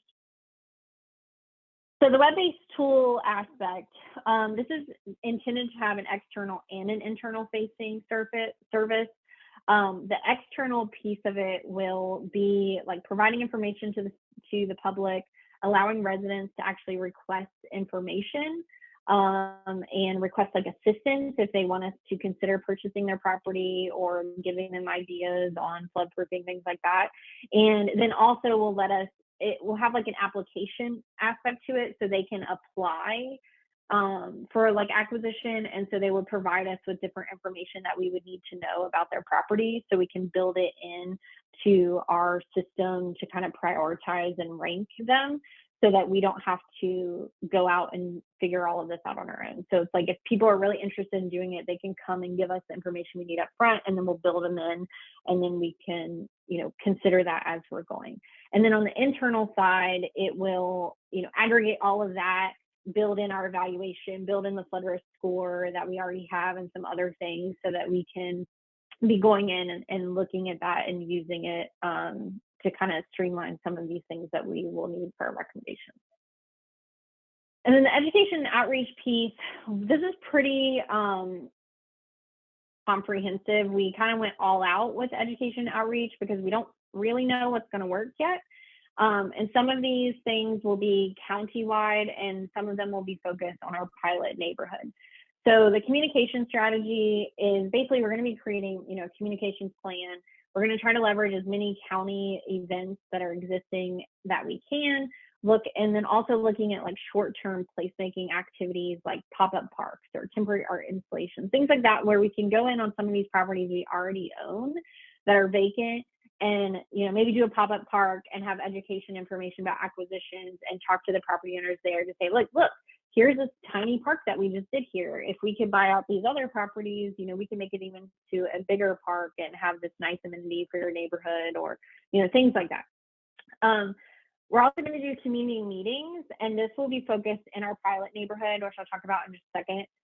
But this is intended to get input from the community of specific to their resilience and flood risk goals. So talk to them about the flooding they experience. You know, what are they interested in? If they're not interested in us buying us out, what kind of things, like us buying them out, what kind of things are they interested in? You know, what kind of incentives maybe would be, you know, interesting to them. But also, these meetings are intended to set the program expectations, because we don't have unlimited money. And we've already, since the drainage bond passed, we've already been getting lots of people calling us being like, oh, we want you to buy us out. We want you to do this. And $50 million looks like a lot of money to the public, but you all know when it comes to doing resilience and mitigation projects, 50 million really is not that much money. And we have to use it for other things too, like infrastructure projects. So it's not just buying people out. So that's going to be part of this meeting piece, but we really want the community to be a part of it. We don't want them to feel like we're just coming out and, you know, doing something that's unrealistic and that doesn't meet their, you know, their needs. Then we're going to also do some online outreach and engagement. So this is going to be like using our PR staff. We have our own TV station and like TV producers and things on staff. So we're going to use them to make some different media that we can use. We'll leverage social media, some of the local news, and then also do like create content to kind of drive traffic to our websites about this and get people to start seeing some of the information about the program. Then we're going to do targeted outreach, which is going to include different toolkits. So there will be a toolkit for different stakeholders, which might be like industry partners, and then also a toolkit for property owners so that they kind of understand different aspects of this. And we'll also do some targeted email outreach for that. Then in the pilot neighborhood, we're going to actually do direct mailers and develop some outreach materials specifically to them. So all of this is going to be like all of this outreach, the online meetings, the online engagement, the targeted outreach, and the direct mail. We're going to be looking at like all of that and kind of tracking it and trying to figure out what works the best so that we can make a plan for the future to say like, okay, we're going to focus on targeted outreach with maybe the toolkit for the stakeholders, but not the property owners. And we're going to do direct mail that talks about, you know, this, but not that. And we might do online outreach, but only through, you know, videos on our YouTube channel or something. Like we're going to try to figure out what works and what doesn't, and then tailor our program to that. And then the last one is, I think, really cool. I'm really excited for this one. We're going to do a flood resilience visioning and education pilot. So there are pieces of this that will be specific to the neighborhood, and then also like this will branch out community-wide. So this will start with what we're calling a visioning workshop to basically develop a vision statement for the neighborhood. So we talked about that community meetings with their flood resilience goals. That's what this is going to be like, almost like a charrette for them to sit down and tell us, you know, what are your flood resilience goals for this neighborhood? What do you want it to look like? How do you want to be protected? Things like that. And then we're going to develop a flood resilience academy to actually create a network of ambassadors and advocates for the acquisition program. And so people that complete this program, it could be property owners, other stakeholders in the community, really anybody. It will basically teach them information about flood risk awareness and the program so that they can go out and educate others and be a trusted resource and a leader for us, kind of boots on the ground. And we have some other kind of like academies. We have like a Henrico Academy that is for different things. So we're going to kind of build it off of some of this existing stuff, but tailor it to flooding.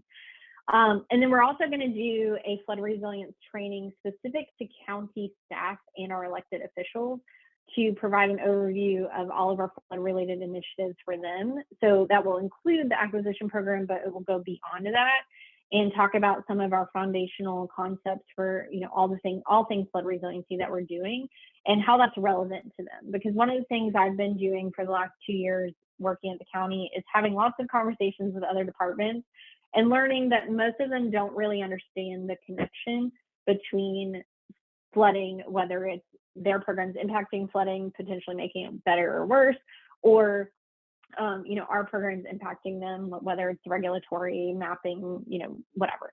And we're in the middle of doing a lot of different things. We just updated our zoning ordinance. We're in the middle of redoing our comp plan. We just finished a hazard mitigation plan update.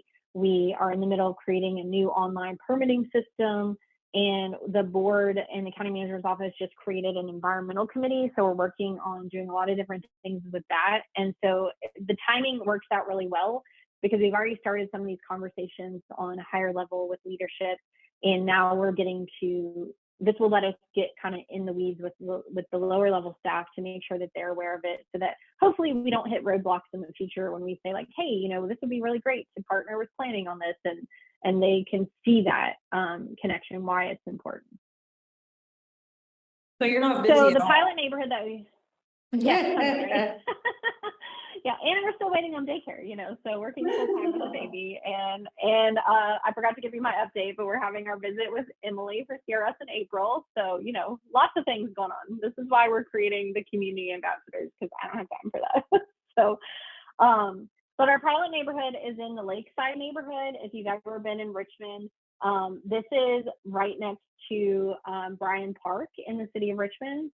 I don't know if you can see my mouse, but this in the lower left-hand corner is Bryan Park. So where this purple box is the neighborhood we're kind of focusing on, but it's really this whole kind of area where the floodplain is part of it. So this area is a low-income neighborhood. It has pretty significant high flood risk. As you can see, most of it's floodplain with floodway. This floodplain is based on the 1970s HEC 2 model, so we also know it's not correct. And we don't really know how different it should be because we don't have HEC-RAS models for that. We're in the middle of remodeling it to try to get a better idea of what the floodplain should really look like. But we know that it has high flood risk. It's had lots of flooding in the past. I think it was during Gaston in 2004, water was up to like the roof of all of these homes. In the 80s, there were some pretty significant flooding. And we actually bought out a lot of properties. So this is a repetitive loss area. And, you know, we know that it has lots of flood risk. So we wanted to focus on that. We also have 2 existing county parks. So there's one to the north that has ball fields in it. And then there's one to the south that is our smallest park. It's really just kind of like a little circle with like a historic marker, but it's a park. And these were kind of 2 of the reasons we wanted to focus on this because of the potential. So for the North Park with the ball fields, we actually have a FEMA FMA grant to look at flood reduction planning and potentially redeveloping the park from being Little League fields to some kind of passive park because it floods significantly. Like anytime we have a hard rain, they might get a foot or 2 of water in that park. It's very, very flashy. The entire stream channel is super eroded away. So we're going to be looking at stream restoration options and things like that for that park. And then for Spring Park, the one in the south, that is a historic park. It is a location for where one of the slave rebellions started with the Civil War. And so it was one of our, first parks that our chair, Mr. Thornton of our board, actually got established. And so they're really very important to the county. And we're trying to build that historic piece of it and kind of spread the cultural resources and the historic nature of this area.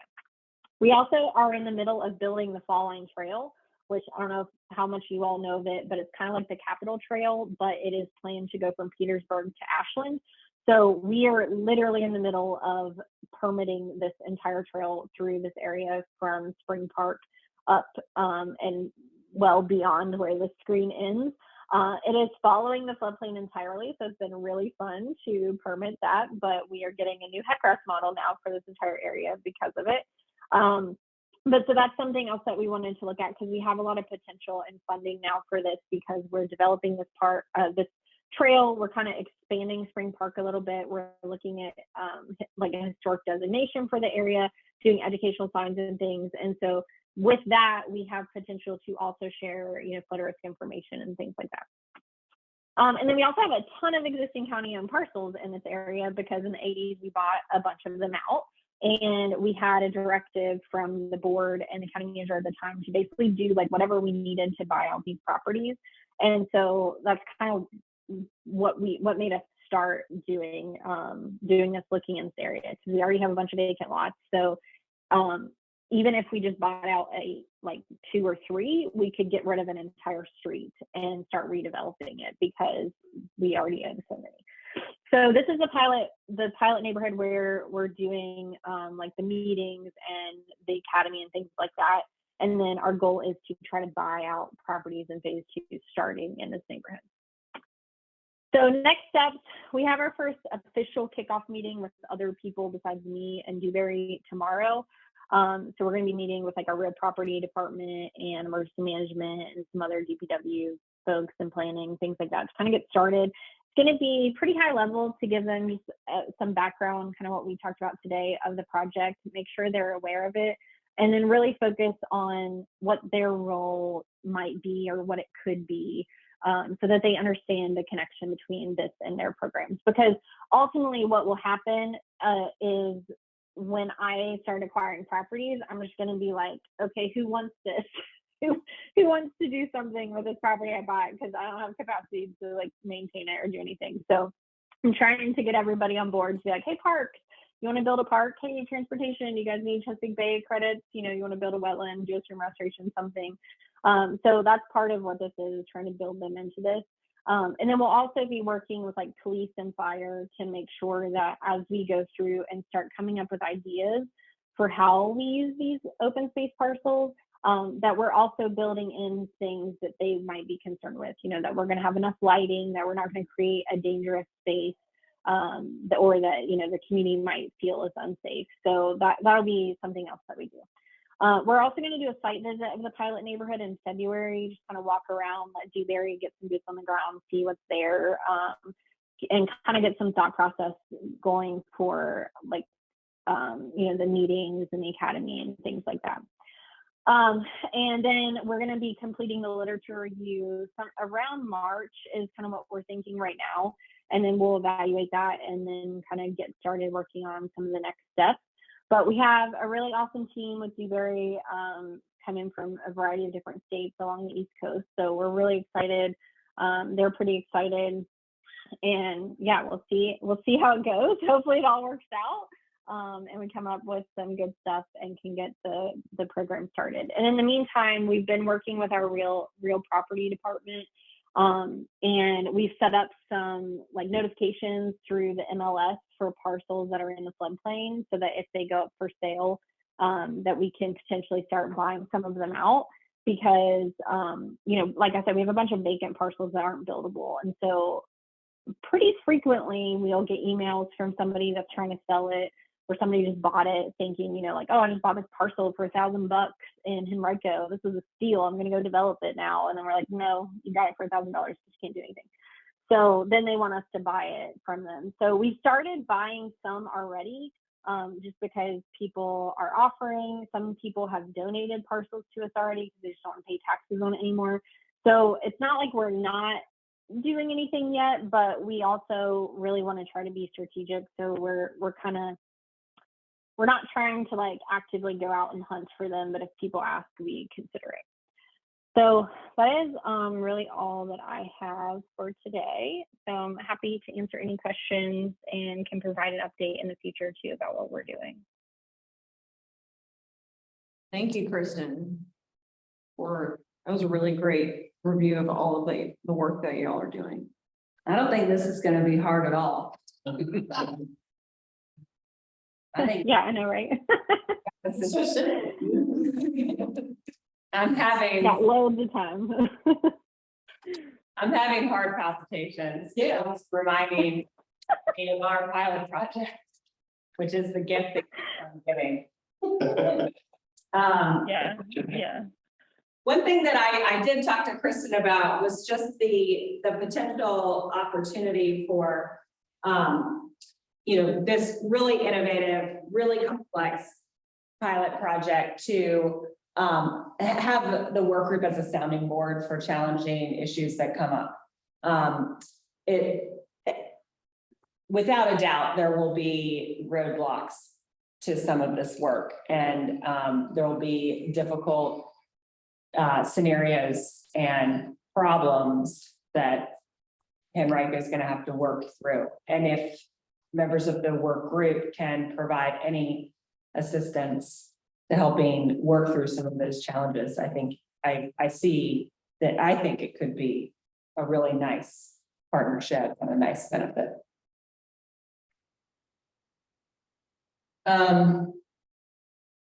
Okay, no questions. Everybody's just freaked out about how much work we have today. But really exciting, and I'm so glad that you were able to present on this project. It's a project that we are watching very closely, and we're really looking forward to see how some of this plays out, and particularly the exploration of a little bit of a cost benefit analysis of what properties are low hanging fruit versus others, and then the analysis of benefits going beyond what FEMA has deemed a benefit into alternative benefits that Henrico County specifically cares about, what others might care about. And then the way in which the open parcels will be used is of great interest to us because of our exploration of adaptive land management strategies on parcels just like this. And of course, how the parcels will be used in the future. So without further ado, let's do a poll. So you all get your credits.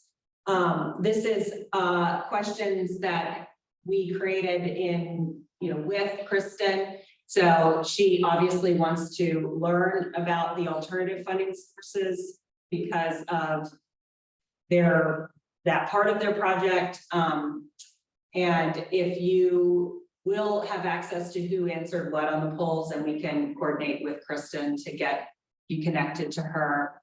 And from our understanding, the only local governments that are doing acquisition, at least in coastal Virginia, outside of through FEMA funding, is City of Newport News doing stormwater funding to do that work.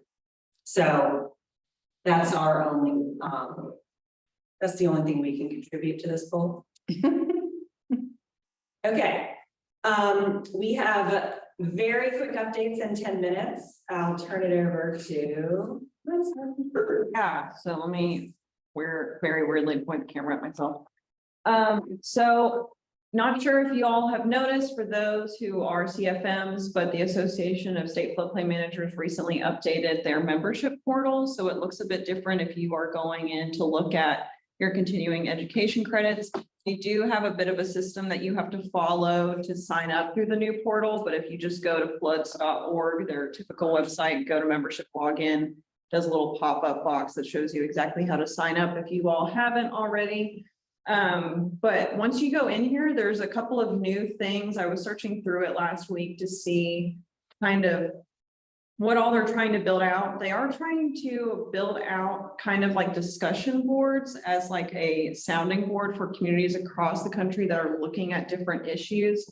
There hasn't been any discussions yet on these discussion boards. This did just launch about a month ago, so I'm imagining that they're going to try and start utilizing and broadcasting that more as time goes on, but it's under the community tab. This is a screenshot of what the new membership portal looks like. Of course, under certifications, it shows you when you're up for recertification for your CFM as well as your CEC. So if you click on the next slide, MC, and there's the link for folks when they get the copy of the presentation. Just wanted to show you all what the new continuing education credits page looks like, so you're a little bit familiar with what to look for. I'm not sure why they designate how they designate the type of meeting. The unknowns are our CRS work group, but if you go on the following page, it says like like on the membership page itself, it shows like pre-approved course, but both of them are the CRS work group. I don't know if they're planning on updating that, so it has the actual name of the meeting, but just know that they're all in there. I know during our last CRS work group meeting, we had said that they hadn't updated with July and September credits yet, but now they are in there. And I'm just guessing that it took them some time to update those since they were updating the whole membership portal. But if anyone has trouble accessing it, let me know and I can help. I'll let you know. I have to read up by the end of the month. So thank you for preloading. I appreciate that. Yes, of course. Yep. Awesome. Kristen already touched on this during her presentation, but just want to remind folks again that there is a 273 course being offered here in Newport News. I've hyperlinked the registration link there. It's free. It's through January 30th, which is next week through February 2nd. So if y'all are interested in that and have the time to do it next week, that is happening. MC's closing out our poll for Henrico. Very quickly, our last two updates. If folks saw, the Department of Conservation and Recreation has their draft community outreach and engagement plan out for public comment. This community outreach and engagement plan is meant to serve as a tool for DCR staff that plan on conducting outreach to inform both the update to the Coastal Resilience Master Plan that's set to come out next year, and then the statewide Virginia Flood Protection Master Plan that's set to come out in 2026. So the outreach plan is meant to kind of show how they're going to connect with actual community members to gauge their experiences with flood risk, how they want their communities to prepare for this flood risk, what kind of projects they're looking at, things of that nature. Just in short, the engagement plan leaves a lot to be desired. There's not a lot of details there on how they're going to conduct this outreach. There's not a timeline, so we're not really sure when they're planning on doing this. We do know that DCR is planning on releasing an RFP for a consultant to lead this process. We're also not sure when that's going to happen. We are planning on submitting comments ourselves, and we can send those around if people are interested, but the public comment period does close next Tuesday at the end of the day. So if anyone does want to submit comments on that, please be sure to get them in before then. And both the draft plan and the link to submit comments are hyperlinked on this slide. Next. And the Virginia Flood Protection Master Plan is the statewide plan that's going to be broken out in watersheds. So I think it's 11 or 12, depending on how they split the James. So just as a reminder, a little bit alternative method there. What happened? You clicked on the link on the page, but it's okay. All right, we already said this. That's funny. Is it just a link to the, oh, okay, yeah, right. We talked about this, but when people jumped off, we just could not possibly miss the opportunity to talk about it. Yeah. Okay. And then last update, Community Flood Preparedness Fund, our favorite grant program ever. CFPF Round 4 grant manual is anticipated to be out for public comment in March. So that will be released for at least 30 days. And I did give that announcement during our November meeting, but the new piece of information here in the next bullet that's listed is that we learned from DCR staff that the actual next funding round won't be accepting applications until September, October. So for those that are familiar with the fund, it's typically the grant manual gets released and then about a month or two later, the application period opens, but DCR has told us that they are really pumping the brakes on how quickly they're offering these grant rounds because of staff capacity, and that we should anticipate that there's only going to be one grant round per year moving forward.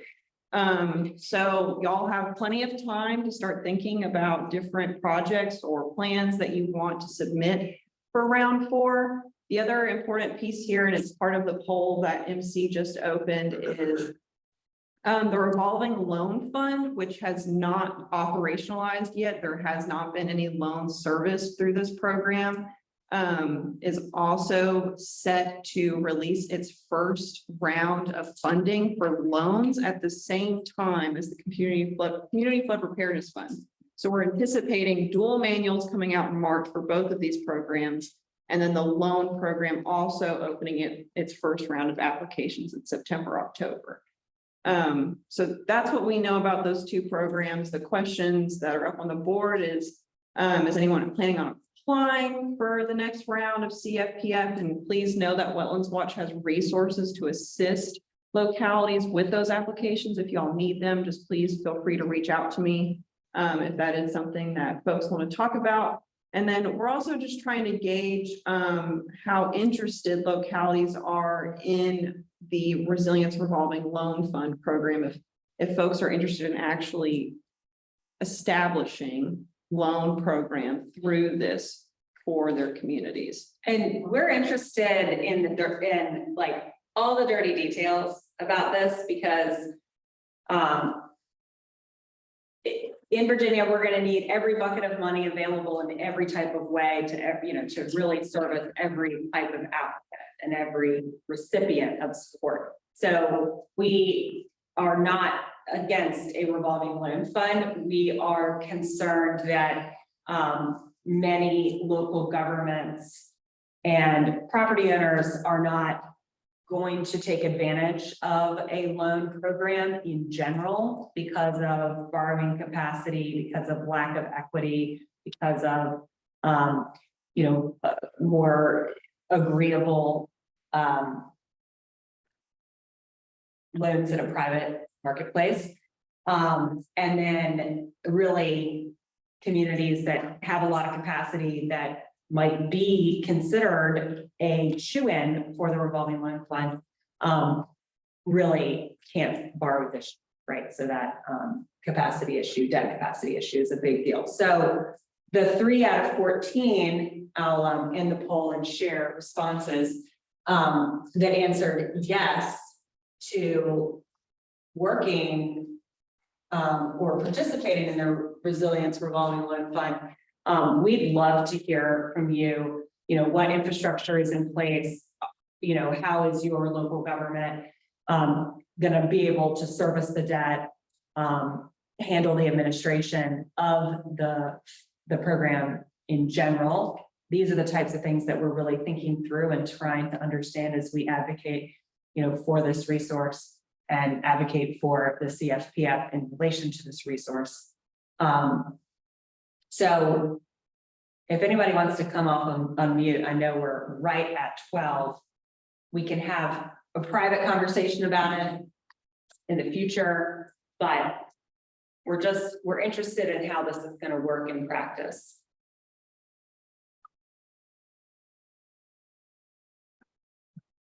Oh, I couldn't share the results. Yeah, William shared in the chat, participating in the loan program.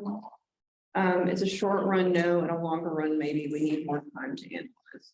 Oh, and absolutely, I forgot to do this. So we'll follow up with people. Please talk to us about the loan program. Maybe we can do a little follow-up in our email.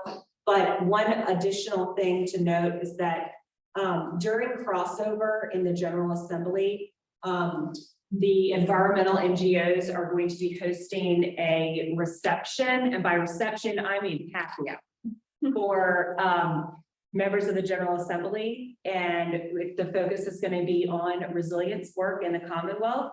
And in this kind of, host group, it's our partners in the conservation and geo community, as I said, and we're inviting planning district commissions that are working in the resilience space to participate with a table if they want to have additional information, like HRPDC might want to have their Get Fluid campaign. And this is an opportunity for local governments, if you're interested in having information that you think legislators would be interested in seeing or knowing. So for instance, Carolyn Heaps-Picaro from the city of Hampton she's expressed interest in attending, and we'll have some resources on Resilient Hampton and how that program is shaping the city's resilience work. And so it's an open invitation to our local government partners. If you all want to participate in this event through your attendance or through, the opportunity to have information available for legislators to pick up, we would welcome your participation. We just want our legislators to really understand, outside of like what they hear on the news or what they see in a press conference, what the real challenges are for the local government staff who are responsible administrating all of these resilience programs, adhering to the regulations. We want people to have a good sense of what's really happening. And the information is at no cost. The registration is in the chat. Please follow up with Wetlands Watch or PDF, who's on the call, Grace Tucker and Emily. February 15th, 6 to 8 p.m. And we can send the event information in the follow-up email as well. And it is in Richmond.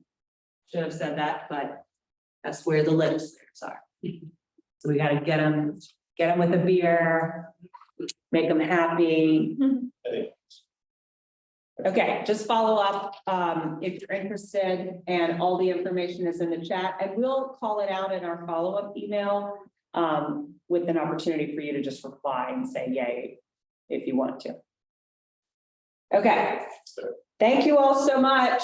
This was a great meeting. For those of us in person, we missed you, people on the call. Thank you all for coming. No problem. Thank you.